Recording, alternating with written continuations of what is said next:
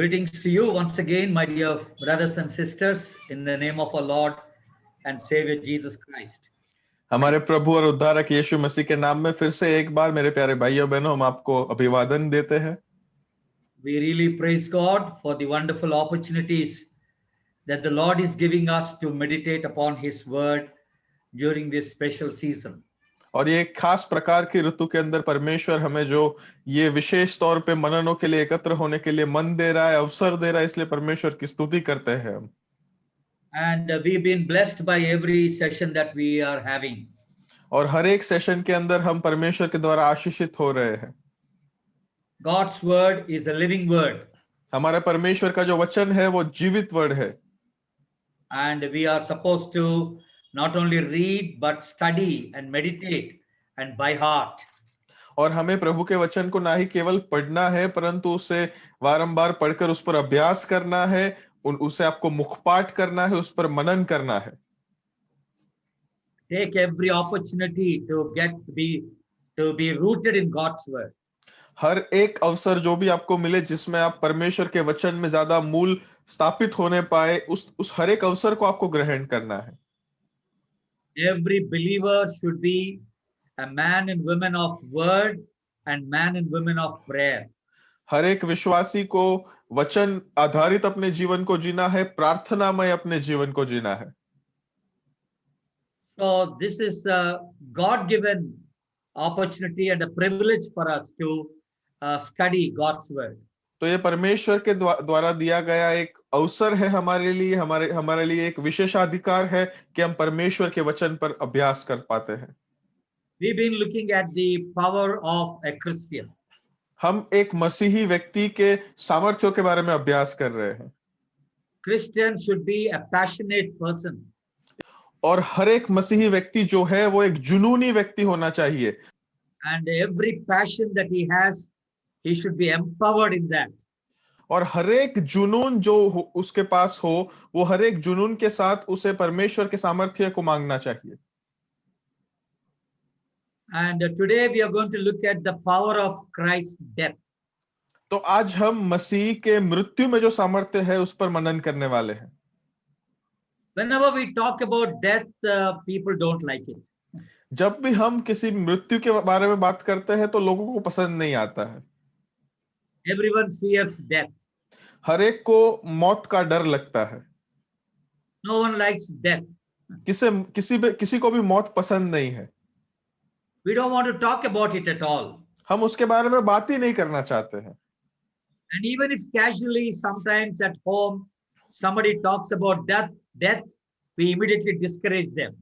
और कभी भी ऐसे ही कोई साधारण बातचीत में भी कोई अगर मृत्यु की या फिर मौत की बात करने लगे तो हम उनको रुकने के लिए कहते हैं। But very interestingly, Jesus was anticipating his death. परंतु बहुत रसप्रद बात है ये कि यीशु मसीह जो है वो आने वाले उनके मृत्यु की वाट देख रहे थे। He never escaped from his death. वो कभी भी अपने मृत्यु से भाग नहीं रहे थे। 1/3 of the Gospels talk about Jesus suffering and death. सुसमाचार के 1/3 भाग जो है वो यीशु मसीह के दुख सहन और मृत्यु के बारे में लिखा हुआ है। And Jesus never came as a teacher. और यीशु मसीह कभी एक शिक्षक के तौर पे नहीं आए। Or he never came as a social worker. और कोई सामाजिक कार्यकर्ता के तौर पे वे कभी नहीं आए। He was not scared of his death at all. उन्हें अपने मौत का बिल्कुल भी डर नहीं लगता था। In Luke's Gospel, chapter 13, लूका रचित सुसमाचार उसका 13वें अध्याय में in verse 31 and 32, we see that when somebody came to Jesus and said that Herod was trying to kill you. और वहां पर हम देखते हैं कि कोई आकर 31 और 32 पद में उसे कहता है कि हेरोद तुझे मारना चाहता है। You know what Jesus said to that? आपको पता है यीशु मसीह ने उससे क्या प्रत्युत्तर दिया? Go and tell that fox, he said. जाकर उस लोमड़ी से कह दो, उन्होंने कहा। He was never scared of his death. उन्हें अपने मृत्यु की मौत की बिल्कुल भी डर नहीं लगता था कभी भी। When he has to give his life to the people. उनको पता है कि उनको लोगों के लिए अपना प्राण कब देना है। Jesus' death was not due to a road accident. यीशु मसीह का मृत्यु कोई रास्ते पर के अकस्मात से नहीं हुआ था। His death was not due to old age. उनका मृत्यु वयोवृद्ध होने की वजह से नहीं हुआ था। He was a young man of 33-year-old. और वो तो 33 साल के बहुत ही युवान पुरुष थे। And his death was not due to illness. उनकी मौत जो है वो किसी बीमारी की वजह से नहीं हुई थी। He was a very strong and healthy person. वो बहुत ही मजबूत और तंदुरुस्त व्यक्ति थे। You never see Jesus in the 33 years of period fallen sick physically. और हम 33 साल के अंदर हम देखते हैं यीशु मसीह अपने जीवन में बीमार नहीं हुए थे। And very other interesting fact is Jesus' death even it was not due to the plot of Jews. और दूसरी एक रसप्रद बात है कि यीशु मसीह का मृत्यु जो है वो उन यहूदियों के षड्यंत्र की वजह से नहीं था। It was absolutely a voluntary death. वो तो संपूर्ण रीति से एक स्वेच्छा वाला एक कार्य था। Jews planned to kill him. जो यहूदी थे उन्होंने यीशु मसीह को मारने के लिए षड्यंत्र तो किया था, But they could not do that. परंतु वे नहीं कर पाए थे ऐसा। I'm going to explain to you in a while how Jesus died for all of us. मैं आपको थोड़े ही समय में बताने वाला हूं किस प्रकार से यीशु मसीह ने हम सबों के लिए अपना प्राण दिया। And before that, I would like to give you some information about the punishments that the Roman government had. परंतु उसके पहले मैं आपको थोड़ी जो माहिती है वो रूमी सरकार के द्वारा जो शिक्षाएं दी जाती थी उसके बारे में देना चाहता हूं। There were three important punishments that are there in the Roman government. और रूमी सरकार के अंदर 3 महत्वपूर्ण बड़ी-बड़ी शिक्षाएं दी जाती थी। The very first punishment was stoning a person to death. सबसे पहली शिक्षा थी कि किसी भी व्यक्ति को पत्थर मारकर मार डालना। And the second one, which we never hear about it, और दूसरी जिसके बारे में हम कभी सुनते नहीं है, that is called when a person commits a sin, a dead body is being tied to that person, to that living person. और वहां पर जब किसी व्यक्ति ने कोई अपराध या गुनाह किया हो तो उस व्यक्ति के सामने एक मुर्दा शरीर ऐसे बांधा जाता था मुंह के बल। Face to face, mouth to mouth, nose to nose, eye to eye, they put the dead body and they tie him. और वहां पर वे क्या करते थे कि एक मृतक शरीर और वो गुनहगार इन दोनों को सामने सामने ऐसे बांध देते थे जहां पे उनका मुंह से मुंह लगे और उनका पूरा शरीर वैसे रहता था एक साथ। And then they leave him on the streets. फिर उसे वो सड़कों पे छोड़ देते थे। And no citizen of that city can untie that person. और उस शहर का कोई भी नागरिक उसे छोड़ नहीं सकता था उस मृतक देह से। Even the family members cannot do that. परिवारजन भी कुछ नहीं कर सकते थे। It is the punishment given by the government, Roman government. ये तो शिक्षा जो है वो रूमी सरकार के द्वारा दी गई शिक्षा थी। That was a terrible punishment. वो तो बहुत ही भयंकर शिक्षा थी। Why? ऐसा क्यों? What happens if a man walks with a dead body every day? क्या होगा यदि कोई व्यक्ति किसी मृतक देह को अपने साथ लेकर हर रोज अपने जीवन में चलता रहे? After 3-4 days, there will be decomposition of the body. 3-4 दिन के बाद हम देखते हैं वो शरीर जो है वो पिघलने लगता है। And the body swells and it smells very badly. और वहां पर वो मृतक देह में से बहुत ही गंदी बदबू भी आने लगती है। And then this living person has to breathe the same germs that comes out of a dead man. और यहाँ पर हम देखते हैं जो जंतु जो जीवाणु इस मृतक देह में से निकलेंगे ये जीवित गुनहगार को उन्हीं जंतुओं को फिर श्वास में लेना है अंदर। Very, very big, terrible torture the person goes through. और ये तो बहुत ही भयंकर ऐसा सताव है जो एक गुनहगार इसमें से गुजरेगा। And then the third punishment is the cross. और फिर जो तीसरी महत्वपूर्ण शिक्षा रूमी सरकार की है वो तो क्रूस की शिक्षा है।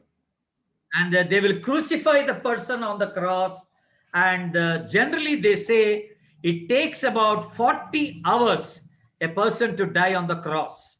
और फिर वो किसी व्यक्ति को, किसी गुनहगार को क्रूसित करेंगे, क्रूस पे जड़ाएंगे। और ऐसा कहा जाता है किसी साधारण व्यक्ति को उस क्रूस पर मरने के लिए कम से कम 40 घंटे लगते थे।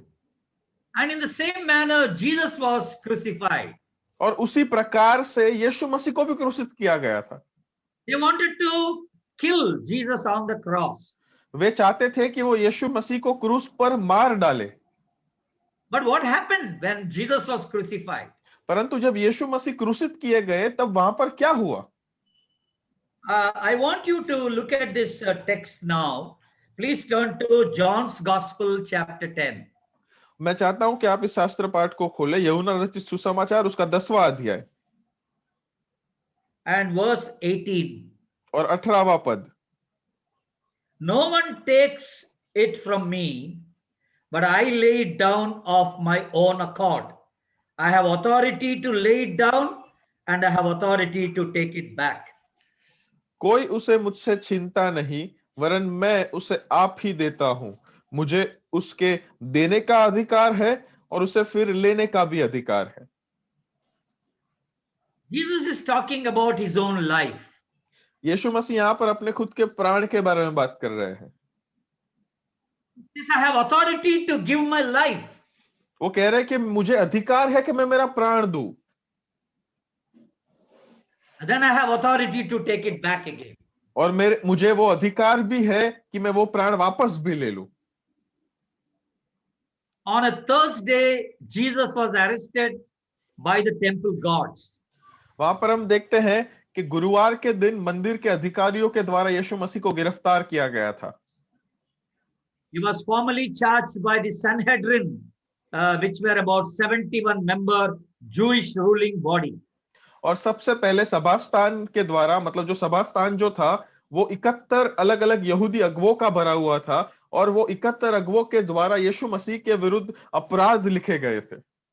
And generally the chief priest will be the chairman of that body. और साधारण तौर पे जो प्रधान याजक या फिर जो प्रमुख याजक था वो उस पूरे काउंसिल का जो है वो अध्यक्ष रहता था।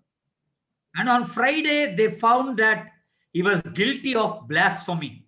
और फिर शुक्रवार को उन्हें ये पता चला कि वो दुर्भाषण के लिए गुनहगार था। He did not claim to be a Messiah, उन्होंने खुद मसीहा होने का कभी दावा नहीं किया था, but he claimed to be a divine person. परंतु उन्होंने ये दावा किया था कि वो एक दैवीय पुरुष है। He said in Mark's Gospel, chapter 14, the Son of Man will be seated on the right hand of the power. और वहां पर मरकुस रचित सुसमाचार के 14वें अध्याय के अंदर यीशु मसीह ने कहा था कि परमेश्वर का पुत्र जो है वो पिता के दाहिने हाथ पर बैठेगा। When he was crucified on Friday afternoon, जब शुक्रवार को दोपहर को यीशु मसीह को जब क्रूसित किया गया था, and as I told you, it would take normally 40 hours for a person to die on the cross. और जिस प्रकार मैंने आपको पहले ही कहा कि साधारण तौर पे किसी भी व्यक्ति को क्रूस पर मरने के लिए 40 घंटे लगते थे। But you can imagine when Jesus was crucified about midday on Friday, परंतु आप कल्पना कीजिए यीशु मसीह को शुक्रवार को दोपहर को क्रूसित किया गया है। he would generally die somewhere early hours of Sunday. और साधारण तौर पे अगर उनका साधारण मृत्यु होता था तो 40 घंटे के बाद, मतलब रविवार की सुबह के समय पे उनको शायद मृत्यु होना चाहिए था। But there is another system or a custom of those days. परंतु उस समय की एक और प्रणालिका है। That is, no person should be there on the cross on a Sabbath day. और वो प्रणालिका ये थी कि सब्बात दिन पर किसी भी व्यक्ति को सूली पर नहीं रखा जा सकता है। But that's why if somebody is crucified on a Friday, they would bring that body down by Friday evening, 6 o'clock. और इसीलिए हम देखते हैं कि जब भी किसी व्यक्ति को शुक्रवार को क्रूसित किया जाता था तो शुक्रवार को शाम को 6 बजे से पहले ही उस शव को या फिर उस शरीर को नीचे ला दिया जाता था नीचे। And that's what they were planning to do even for Jesus. और वो यही योजना यीशु मसीह के लिए भी रख रहे थे कि वो यही करेंगे। I want you to now look at the word of God very carefully. अब मैं चाहता हूं कि आप इस प्रभु के वचन को बहुत ध्यान से सुने। John's Gospel, chapter 19. यूहन्ना रचित सुसमाचार उसका 19वां अध्याय verse 31. और 31वां पद। Since it was the day of preparation, and so that the bodies would not remain on the cross on the Sabbath, for that Sabbath was a high day, the Jews asked Pilate that their legs might be broken and they might be taken away. और वहां पर प्रभु का वचन लिखा है, और इसीलिए कि वह तैयारी का दिन था, यहूदियों ने पिलातुस से विनती की कि उनकी टांगे तोड़ दी जाए और वे उतारे जाए, ताकि सब्बत के दिन वे क्रूस पर न रहे, क्योंकि वह सब्बत का दिन बड़ा दिन था। What they generally do is by Friday evening, nobody will die that soon. और शुक्रवार को जब किसी को क्रूसित किया जाता था तो शाम तक कोई जनरली मरता नहीं था। That's why they go and break the legs of the crucified person. और इसीलिए किसी भी क्रूसित व्यक्ति के वो लोग जाके टांगे तोड़ देते थे, And there will be a lot of bleeding and the person will die. और वहां पर शायद बहुत ही खून बहेगा फिर उसके बाद, और फिर वो व्यक्ति मर जाएगा। And then they will take the body from the cross. और फिर उस व्यक्ति के शव को उस क्रूस पर से उतार लेंगे नीचे। And that's what the Jews have requested Pilate to do. और यहाँ पर हम देखते हैं पिलातुस को यहूदियों ने इसी प्रकार की विनती की थी। So Pilate gave the permission to break the legs. और वहां पर पिलातुस ने जो है वो अनुमति दे दी कि टांगे तोड़ दो। And there were two other thieves who were crucified with the Lord Jesus Christ. और वहां पर दो और गुनहगारों को यीशु मसीह के आजू बाजू में लटकाया गया था, क्रूसित किया गया था। And now look at what happened to Jesus. अब देखिए कि यीशु मसीह के साथ क्या हुआ। 32nd verse. 32वें पद। The soldiers came and broke the legs of the first and of the other who had been crucified with him.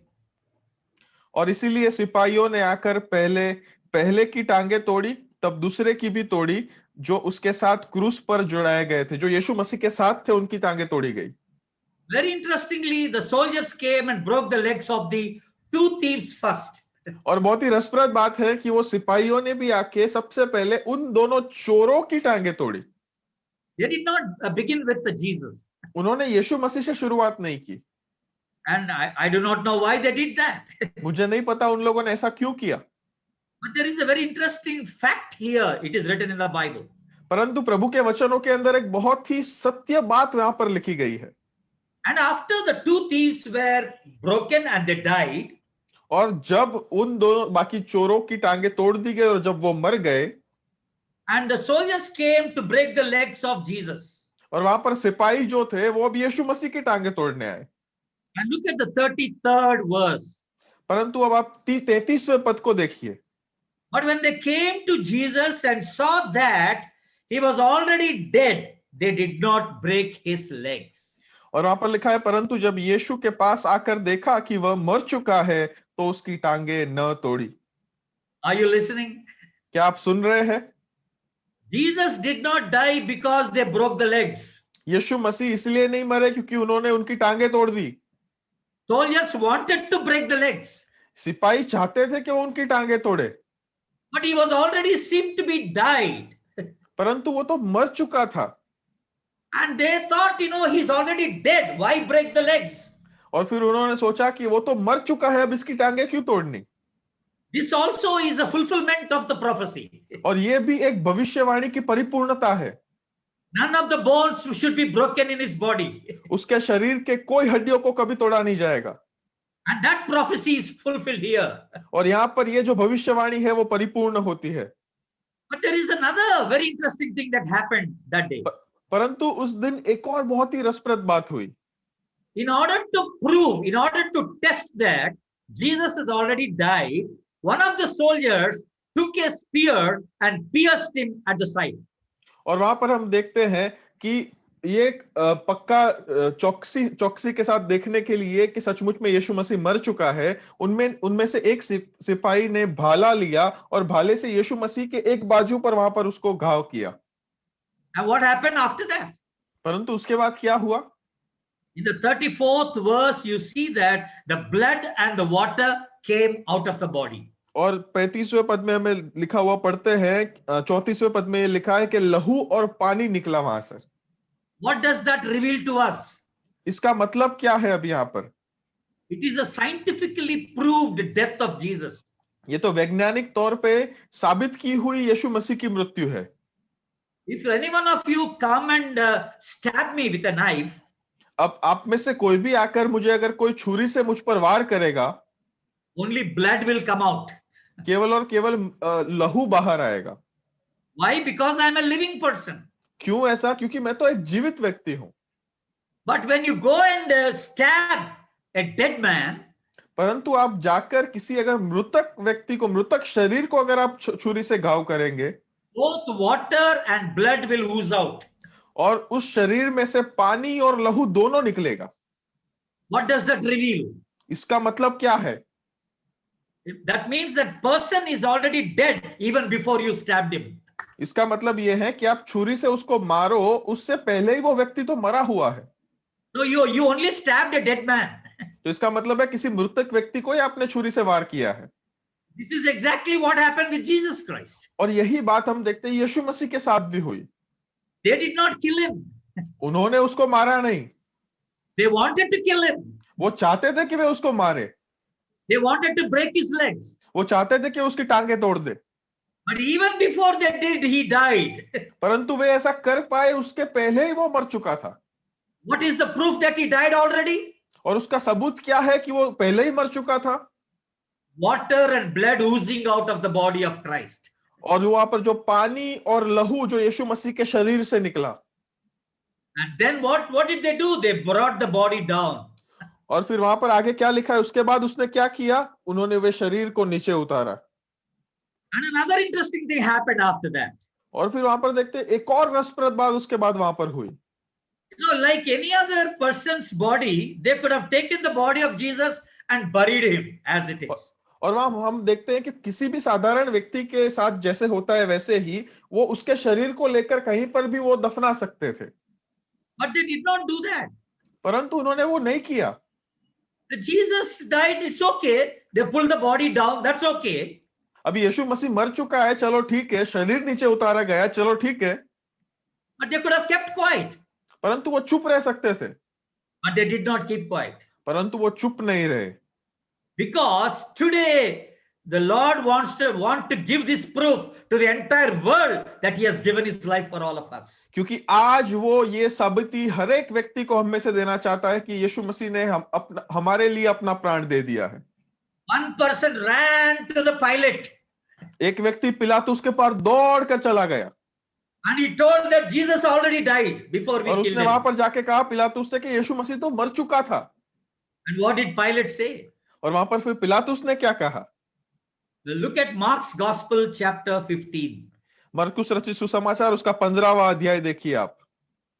44th verse. और उसका 44वां पद। Pilate was surprised to hear that he should have already died, and summoning the centurion, he asked him whether he was already dead. और वहां पर लिखा है कि पिलातुस ने आश्चर्य किया कि वह इतना शीघ्र मर गया, और उसने सूबेदार को बुलाकर पूछा कि क्या उसको मरे हुए देर हुई? Why did this person go and tell Pilate? And why was Pilate so much surprised about the death of the Lord Jesus Christ? यहाँ पर यह व्यक्ति पहली बात तो दौड़कर पिलातुस से जाके उसने क्यों कहा, और दूसरी बात कि पिलातुस इतना आश्चर्यचकित क्यों हो गया यीशु मसीह के मृत्यु के बारे में? In order to prove to the world that his death was only a voluntary death. और ये बात इसलिए घड़ी थी ताकि वो पूरे दुनिया के सामने, जगत के सामने ये साबिती रख सके कि यीशु मसीह का जो मृत्यु था वो स्वैच्छिक मृत्यु था। I came to give life, he said. उन्होंने कहा मैं तुम्हें जीवन देने आया हूं। I have authority to give my life and I have authority to take it back, he said. उन्होंने कहा कि मुझे प्राण देने का भी अधिकार है और प्राण वापस लेने का भी अधिकार है। No one can take the life from me, he said. कोई मुझसे मेरा प्राण नहीं ले सकता है, उन्होंने ऐसा कहा था। And Pilate thought any crucified person would die after 40 hours. और पिलातुस ने यह सोचा था कि कोई भी क्रूसित व्यक्ति जो है वो 40 घंटे के बाद मृत्यु पाएगा। How could this man die so soon within 6 hours? और हम देखते हैं ये व्यक्ति जो है वो इतना शीघ्र केवल 6 घंटे में कैसे मर गया? This is written in the word of God to make make it prove that Jesus is the Lord and he himself gave his life for all of us. और ये तो प्रभु के वचन में लिखा गया है ताकि ये हर एक के लिए साबित ही होने पाए कि यीशु ही प्रभु है और यीशु ने हम प्रत्येक के लिए अपना प्राण दिया। What would have happened if the soldiers had broken the legs of Jesus Christ? ऐसा अगर सिपाहियों ने यीशु मसीह की टांगे तोड़ दी होती थी तो क्या होता था? It would become a murder. तो वो एक खून हो जाता था। A murdered person cannot be a savior of the world. एक व्यक्ति जिसका खून हुआ हो वो इस दुनिया का उद्धारकर्ता नहीं बन सकता है। Savior should give his life on his own to his people. उद्धारकर्ता तो अपने आप स्वैच्छिक रीति से अपने प्राण को लोगों के लिए देता है। There is no one in the world who has given his life for the people of the world. ये संसार में ऐसा कोई भी नहीं है जिसने अपने प्राण को संसार के लोगों के लिए त्याग दिया है। Can any one of you listening to this message stand up in your place and say, I am going to die, and you die on the spot? आप में से कोई भी व्यक्ति जो इस संदेश को सुन रहे हैं, क्या अपनी जगह पर आप खड़े होकर ऐसे कह सकते हैं अब मैं मरने वाला हूं और वो उसी क्षण आप मर जाए? You cannot do that. ऐसा हो ही नहीं सकता है। I want to die. You can say, I want to die, and you can take a poison and die. आप ऐसा कहोगे कि शायद मैं मरना चाहता हूं और फिर शायद आप जहर लेके मर जाए। And you can say, I want to die, and you can hang yourself on the fan. और फिर उसके बाद आप शायद ऐसा भी कहे कि मैं मरना चाहता हूं और फिर पंखे से लटक जाए। And you can say, I want to die, and stab yourself with a knife. और फिर आप कहें शायद कि मैं मरना चाहता हूं और अपने आप को आप छुरी से वार करके मार दे। That would call a suicide. उसे आत्महत्या कहा जाएगा।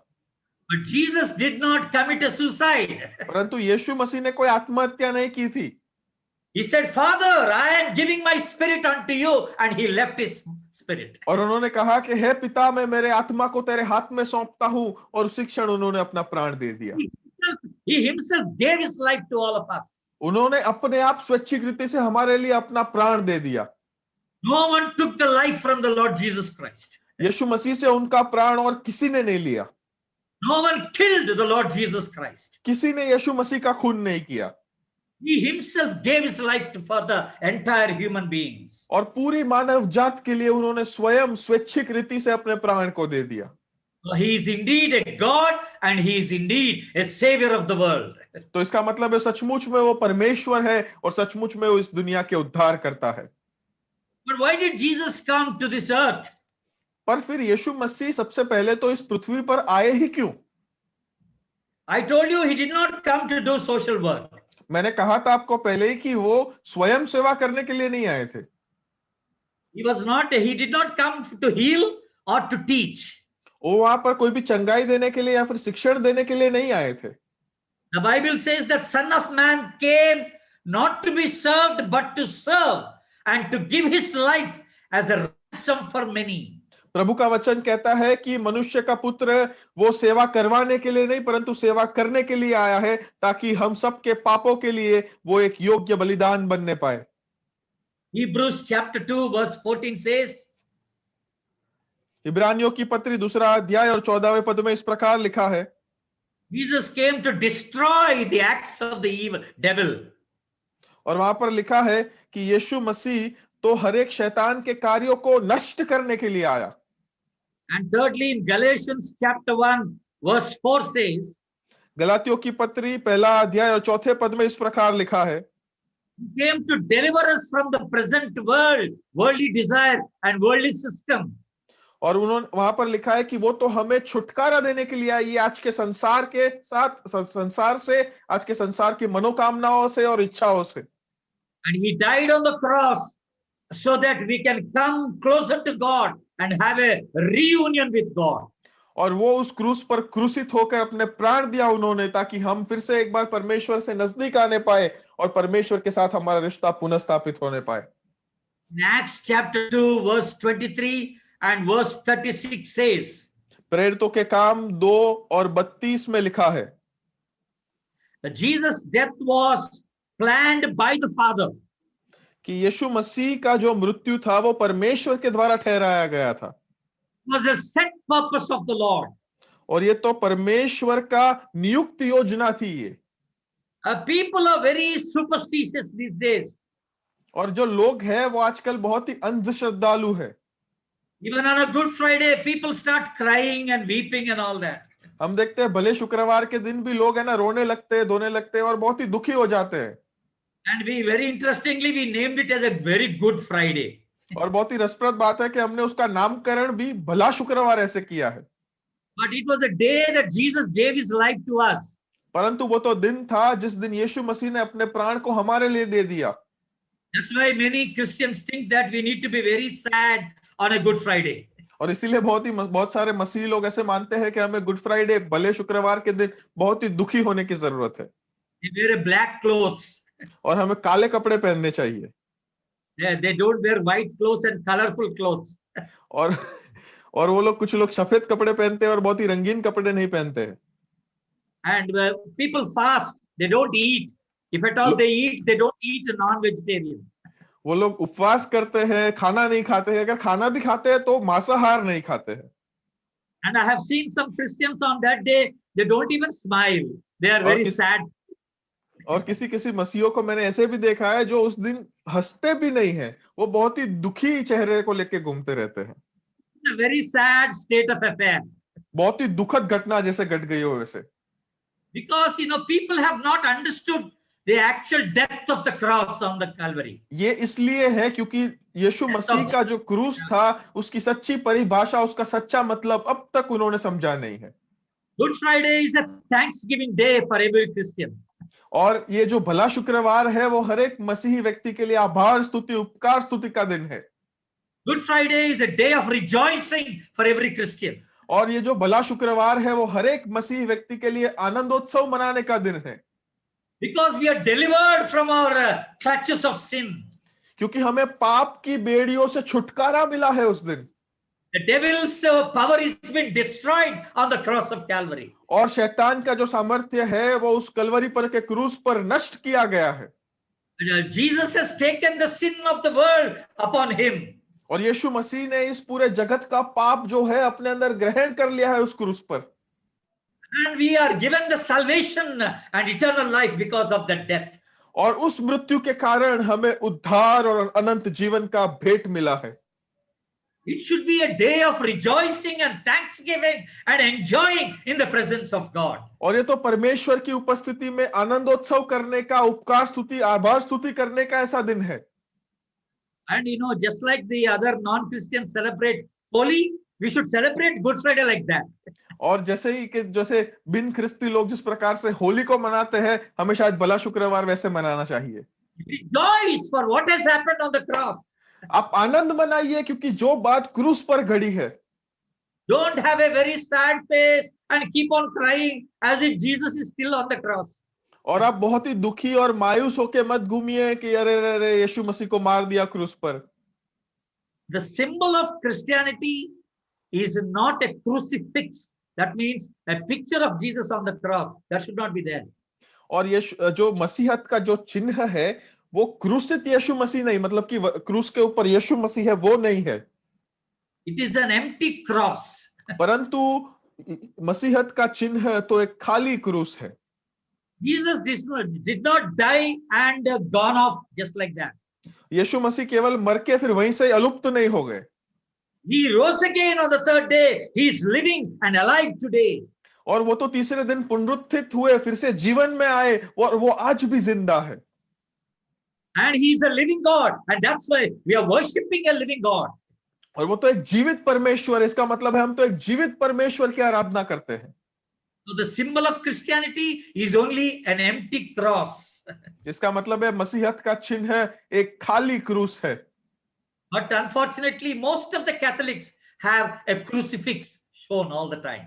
परंतु हम देखते हैं ज्यादातर ये जो कैथोलिक विश्वासी है वे अपने चिन्ह के तौर पे यीशु मसीह जो क्रूस पर जड़ित हो वैसे चिन्ह को लोगों के सामने रखते हैं। Go and light the candles at the feet of the Lord Jesus Christ on the cross. और वहां पर देखते हैं जिस क्रूस पर यीशु मसीह को जड़ा गया है वो जो चिन्ह है उसके यीशु मसीह के चरणों के पास जाके वो मोमबत्ती जलाते हैं। We are not worshiping a dead Christ. हम किसी मरे हुए ख्रिस्त की आराधना नहीं करते हैं। He is no more on the cross. वो अब क्रूस पर नहीं है। He is already risen. The Lord is risen. वो तो यीशु मसीह तो फिर से उठ चुके हैं, वो पुनरुत्थित हुए हैं। We are worshiping a living God. हम तो एक जीवित परमेश्वर की आराधना करते हैं। Jesus died for all of us. यीशु मसीह हम सब के लिए मरे। And then what is Jesus saying from the cross? अभी यीशु मसीह क्रूस पर से क्या कह रहे हैं? There are three things that Jesus is saying from the cross. तीन ऐसी बातें हैं जो यीशु मसीह क्रूस पर से कह रहे हैं। I'm not talking about the 7 words of the cross. अभी मैं क्रूस पर से उच्चारी गई 7 वाणियों के बारे में यहाँ पर बात नहीं कर रहा हूं। But there are 3 very important words that Jesus is revealing to the entire world. और परंतु यहाँ पर 3 बहुत ही महत्वपूर्ण शब्द हैं जो यीशु मसीह क्रूस पर से लोगों के सामने, दुनिया के सामने प्रकट कर रहे हैं। The first thing that Jesus says from the cross is, I love you. सबसे पहली बात जो यीशु मसीह उस क्रूस पर से पूरी दुनिया को कह रहे हैं वो ये है कि मैं तुमसे प्रेम करता हूं। God so loved the world that he gave his begotten son. क्योंकि परमेश्वर ने जगत से इतना प्रेम किया कि उन्होंने अपना एकाकित जनित एकलौता पुत्र दे दिया। All this has happened because Jesus loved us. ये सब कुछ इसीलिए हुआ है क्योंकि यीशु मसीह ने हमसे प्रेम किया। Because God loved us, he gave his son for us. क्योंकि परमेश्वर ने हमसे प्रेम किया है इसलिए उन्होंने अपना पुत्र हमें दे दिया है। Because Jesus loved us, he gave his life for us. क्योंकि यीशु मसीह ने हमसे प्यार किया है, यीशु मसीह के उस प्यार के कारण उन्होंने अपना प्राण हमारे लिए दे दिया है। What is the sign of a love?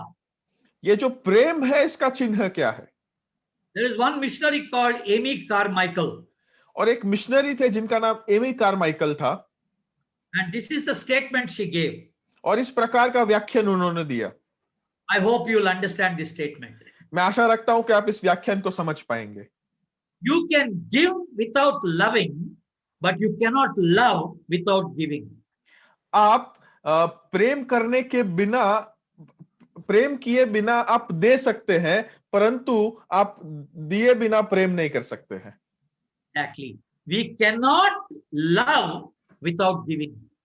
हम देने के अलावा प्यार नहीं जता सकते हैं। So what is involved in loving? तो इसका मतलब है प्यार करने के अंदर क्या शामिल है? Giving. देना। What is the opposite word for love? और यहाँ पर हम देखते हैं प्रेम का विरोधाभासी शब्द क्या है। I know you all said hatred. मुझे पता है, आप सबको पता है कि वो नफरत करना है। It is not hatred, it is selfishness. वो नफरत करना नहीं है, पर प्यार का विरोधाभासी शब्द स्वार्थी होना है। The quality of love is giving. जो प्रेम की लाक्षणिकता है वो तो देना है, स्वार्पण करना है। If somebody does not have that love, he is a selfish person. यदि किसी के पास ऐसा देने वाला प्यार ना हो तो इसका मतलब है वो स्वार्थी व्यक्ति है। Because Jesus loved, he gave his life for us. क्योंकि यीशु मसीह ने प्रेम किया हमसे, इसलिए हमारे लिए अपना प्राण दे दिया उन्होंने। So the very first question is, तो सबसे पहला प्रश्न आपके लिए ये है, do you love the Lord? क्या आप परमेश्वर से प्रेम करते हैं? If you love the Lord, what is that you want to give him? तो आप यदि प्रेम करते हैं तो आप परमेश्वर को क्या देना चाहते हैं? You cannot love without giving anything to the Lord. आप परमेश्वर से प्रेम नहीं कर सकते हैं जब तक आप परमेश्वर के लिए कुछ देते नहीं हैं। Are you able to give your strength to the Lord? क्या आप अपने सामर्थ्य को परमेश्वर के लिए दे सकते हैं? Are you able to give your prime time to the Lord? क्या आपका जो मुख्य समय है वो समय क्या आप परमेश्वर के लिए दे सकते हैं? Are you able to give your riches to the Lord's work? क्या आपके जो धन है, आपके जो स्रोत है, क्या आप परमेश्वर के कार्य के लिए वे दे सकते हैं? Jesus gave his all for us. यीशु मसीह ने तो अपना सब कुछ हमारे लिए दे दिया। The last drop of blood was shed for you and me on the cross of Calvary. यीशु मसीह के लहू का आखिरी कतरा भी हमारे लिए उस कलवरी पर के क्रूस पर बहाया गया था। And that's why Jesus says, I love you. और इसीलिए यीशु मसीह सबसे पहले कहते हैं कि मैं तुमसे प्रेम करता हूं। I want to tell you, I don't know who you are today. मैं आपको कहना चाहता हूं, मुझे नहीं पता आप कौन हैं। Even if nobody loves you today, भले ही आपको ऐसा लगे कि आपसे कोई प्रेम नहीं करता है आज, there is one person that keeps on loving you. एक ऐसा व्यक्ति है जो निरंतर आपसे प्यार करते रहता है। That is the Lord Jesus Christ who gave his life for you. और वो तो प्रभु यीशु मसीह है जिन्होंने अपने प्राण को आपके लिए दे दिया। You need to understand his love. If you want to understand his love, come to the cross of Calvary. यदि आपको उसके प्रेम को समझना है, आपको उसको प्रेम को समझने की आवश्यकता है, और यदि समझना है तो उस कलवरी के पर के क्रूस के पास आने की जरूरत है आपको। See what happened on the cross of Calvary. देखिए उस कलवरी पर के क्रूस पर क्या हुआ है। But I know what you are thinking in your mind now. परंतु मुझे पता है अभी आप अपने मनों में क्या सोच रहे हैं। There is a question in some people's mind. आप में से कुछ लोगों के मनों में ये प्रश्न है अभी, If God is a God of love, why is this suffering? Why is this sickness? Why are these wars? And why is death in this world? और यदि परमेश्वर ऐसा परमेश्वर है जो प्रेमी परमेश्वर है, तो इस दुनिया में दुख सहन करने की क्यों आवश्यकता आती है? क्यों ये जंग होती है? क्यों महामारियां आती है? क्यों बीमारियां आती है इस विश्व के अंदर? That's a very good question. ये बहुत ही अच्छा प्रश्न है। You know, when one widow lost her son, आपको पता है एक विधवा महिला ने जब अपने पुत्र को खो दिया, and that was the only son, a breadwinner of the family. और वो तो एकमात्र पुत्र था उस घर का, और वो ही व्यक्ति जो पुत्र था वो घर के लिए घर के लिए पैसे कमाता था, खाना देता था। And the widow was bitterly weeping at the body of that son. और वहां पर वो जो विधवा थी, विधवा स्त्री, उस बेटे के पार्थिव देह के पास बहुत ही ज्यादा रो रही थी। And the pastor came to pray. और वहां पर वो पासवान जो था वो वहां पर प्रार्थना करने के लिए आया। Told the woman, sister, please do not worry, God loves you. और उन्होंने जाके उस महिला से कहा कि बहन आप रोइए मत, आप चिंता मत कीजिए, परमेश्वर आपसे प्रेम करता है And God is with you. और परमेश्वर आपके साथ है। And she got angry. और वो बहुत ही क्रोधित हो गई उसके बाद। And she told the pastor, और फिर उस महिला ने उस पासवान से कहा, where was God when my son was dying under that vehicle on the road? और उसने उस महिला ने उस पासवान से प्रश्न किया कि परमेश्वर तब कहाँ था जब मेरा पुत्र उस गाड़ी के नीचे अकस्मात में मर रहा था रोड पर। You say God is loving me, but where is God when my son was dying under the vehicle? आप मुझे कहते हो प्रभु मुझसे प्रेम करता है, पर मैं पूछना चाहती हूँ परमेश्वर कहाँ था तब जब मेरा बेटा उस गाड़ी के नीचे मर रहा था? What was God doing then? परमेश्वर तब क्या कर रहा था? And you know, the pastor was awestruck. He could not answer immediately. और वो जो पासवान था वो बहुत ही चौंक गया, वो तुरंत ही कोई प्रत्युत्तर नहीं दे पाया था। But within a minute, the pastor was anointed by the Holy Spirit. और परंतु थोड़े ही क्षणों के अंदर वो पासवान को पवित्र आत्मा की प्रेरणा हुई। And he said this to the women. और उन्होंने इस महिला से ये कहा, God was in the same place when his son was dying on the cross, where he was in the same place when your son was dying under the wheel. जब यीशु मसीह खुद क्रूस पर मर रहे थे तब परमेश्वर वही था जब उनका खुद का बेटा भी मारा जा रहा था, और परमेश्वर तब भी वही था जब आपका बेटा उस गाड़ी के नीचे वहां पर मारा जा रहा था।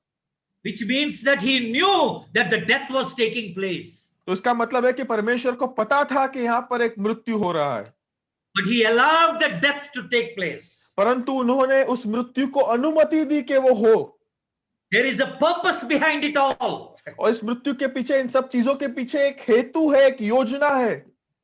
If the Father has not allowed the Son to die on the cross, we would not have been saved today.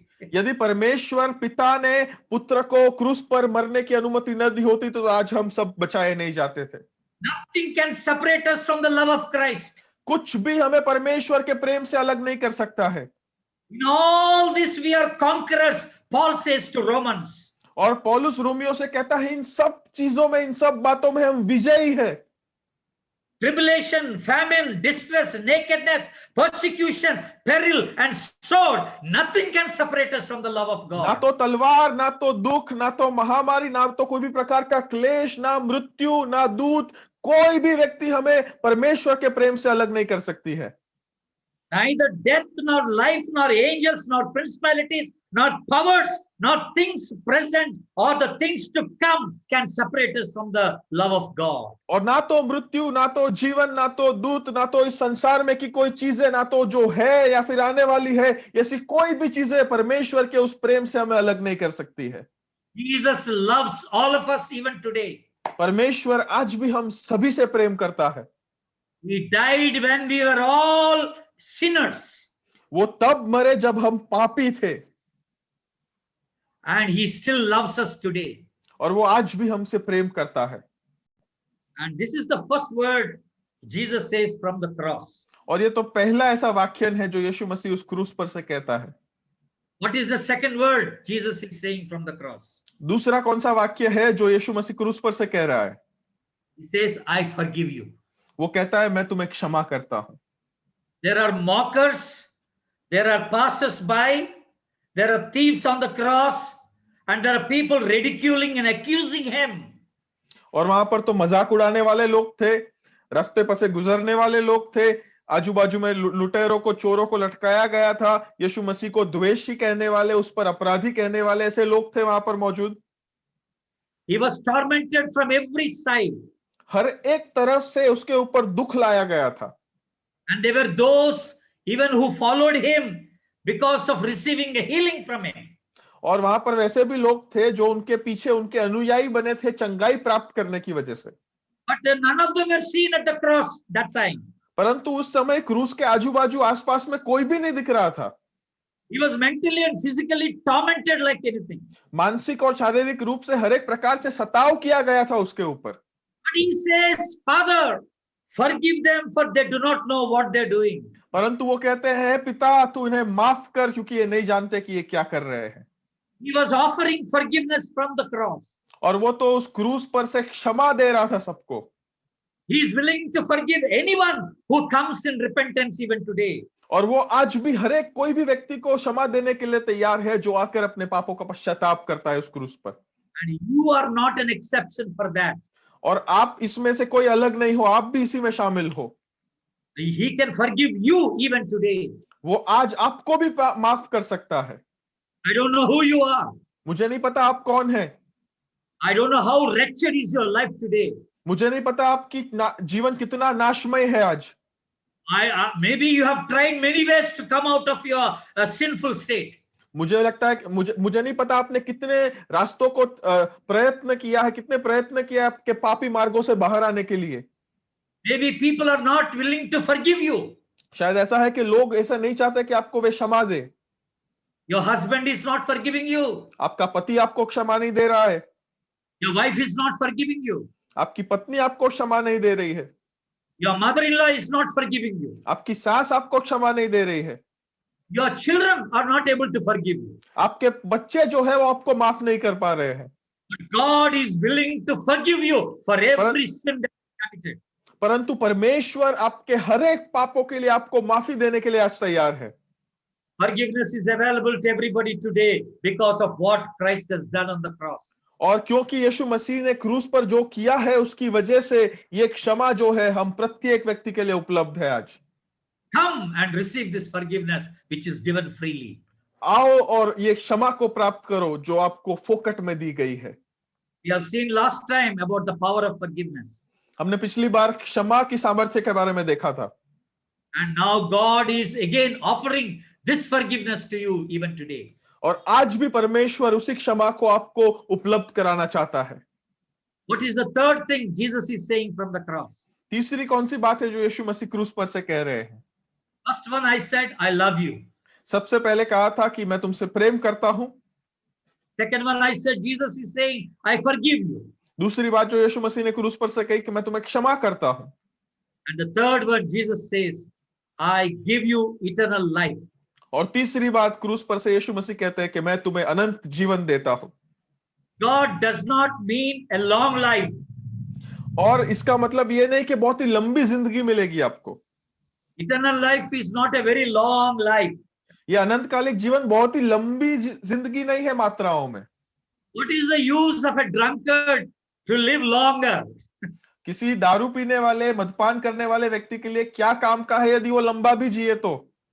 What is the use of a murderer or a thief or a rapist to live longer? और किसी खूनी के लिए या फिर किसी लुटेरे के लिए या फिर कोई बलात्कारी के लिए लंबा जीकर क्या फायदा है?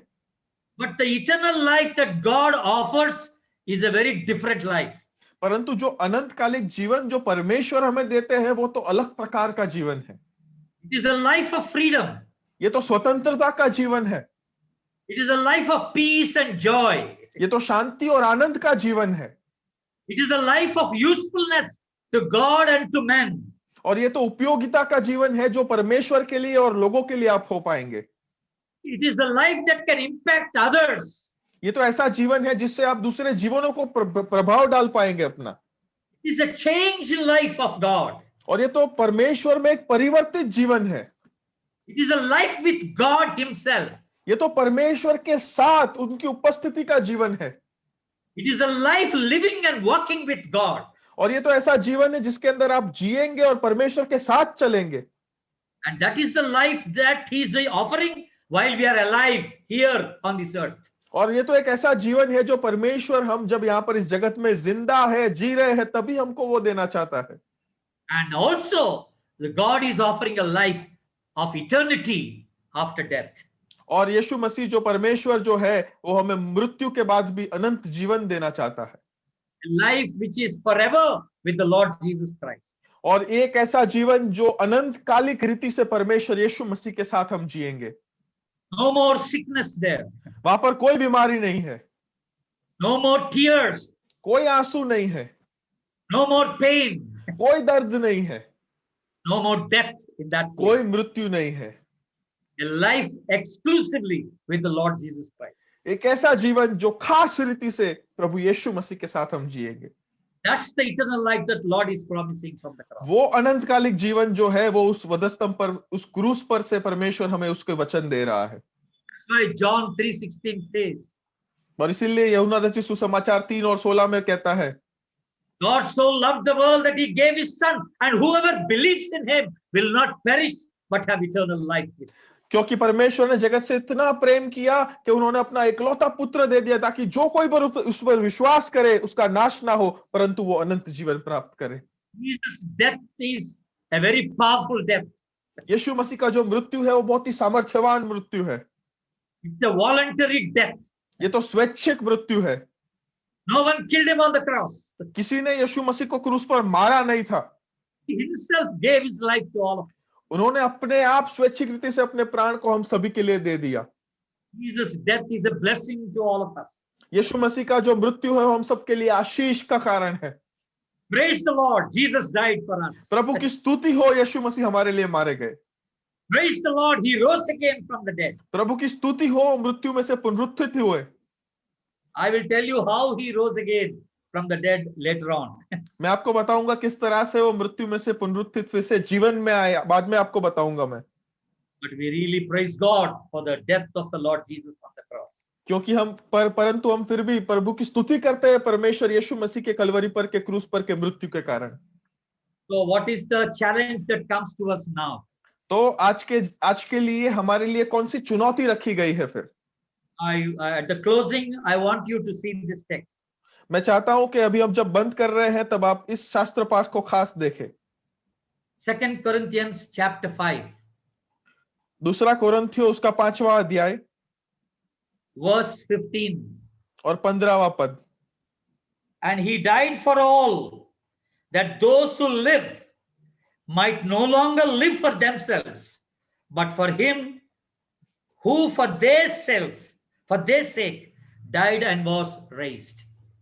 और वह इस निमित्त सबके लिए मरा कि जो जीवित हैं वे आगे को अपने लिए न जिए परंतु उसके लिए जिए जो उनके लिए मरा और फिर जी उठा।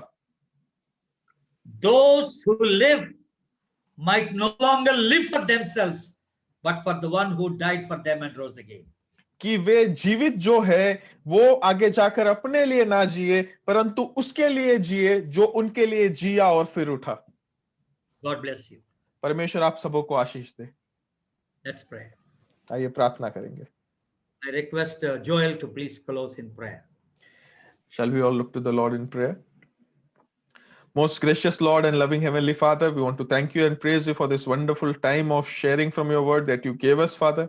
Thank you, Father, for the anointing that you have given to Brother Jenny. And thank you, Father, for being a blessing to us, Lord. Thank you, Father, for you have spoken to us through your servant, Father.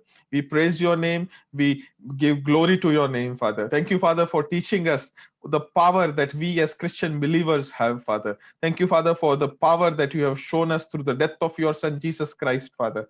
Help us to live our life in the reflection of that death, so that we may be no longer be able to live for our own selves, but for him who died and rose again for us, Father. We submit our lives unto thy mighty care. We rededicate our lives unto thy mighty care, Father. Once again, Father, thank you, Father, for the experience of forgiveness in your Son that you have given us, Father. And through that experience, Father, once again, we come before thy throne of grace, asking for your grace, your mercy to live and for our lives, Father, so that our lives may be a vessel through which your powerful glory and power flows, Father. Once again, we submit our lives into thy mighty care, Lord. Help us to live our lives in acknowledgement of the power that you have given us as a Christian believer, so that through those powers, Father, we may be able to impact lives. Through those powers, Father, we may be able to bring people in your kingdom, Father. May people who have not experienced your life, may people who have not experienced your kingdom, may people who have not experienced yet your forgiveness be able to experience them, Father.